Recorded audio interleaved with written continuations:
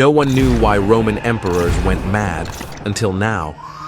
Behind the eccentricities of the empire, there might have been an element that slowly led people to their downfall, especially those who ruled. What was that cursed substance? When Caligula rose to power, it only took Rome 4 years to end up in total chaos. In a victorious expansion in Germania, where he could bring gold, weapons, or slaves as spoils of war, he ordered seashells to be collected, while at the palace, he tortured his enemies with a smirk on his face. And that wasn't all. He appointed his horse as consul and proclaimed himself a living god. Fear took over the streets of Rome because of him.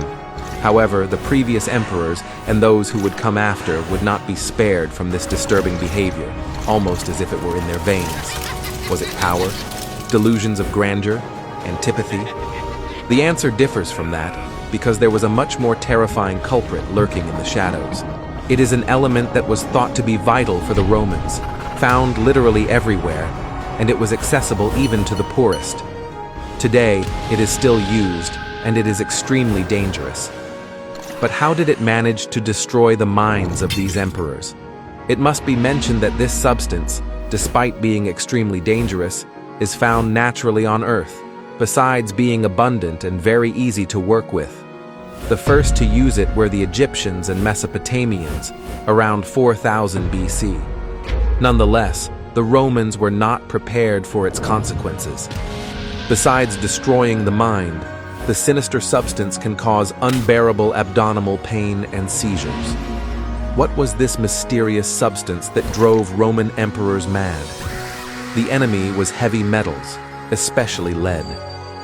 This metal was accessible throughout the empire, from the piping system to coins, coatings, statues, among others. Constant contact with this element is highly dangerous, but the Romans did not know this, which led the upper class to commit an even more terrifying action. Patricians, members of the Roman aristocracy, made their cutlery, plates, and cups out of bronze, which they then coated with lead to make them look shiny and luxurious.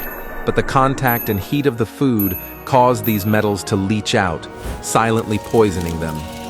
In addition, the Romans did not know about sugar, so to sweeten their wines and desserts they used lead particles, also called sapa, a sweet and highly toxic substance formed by the mixture of lead particles and acetic acid. The constant exposure to this metal prevented the nobles and emperors from eliminating it naturally, causing the lead to slowly pile up in their bodies, triggering a devastating intoxication.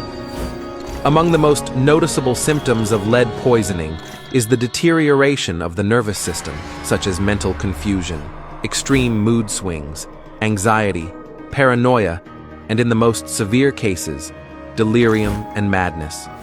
A fact that for some historians could have affected the fate of the empire and its inevitable fall. Now you know. If you don't want to end up crazier than a Roman emperor, stay away from metals. Always be eager to know more.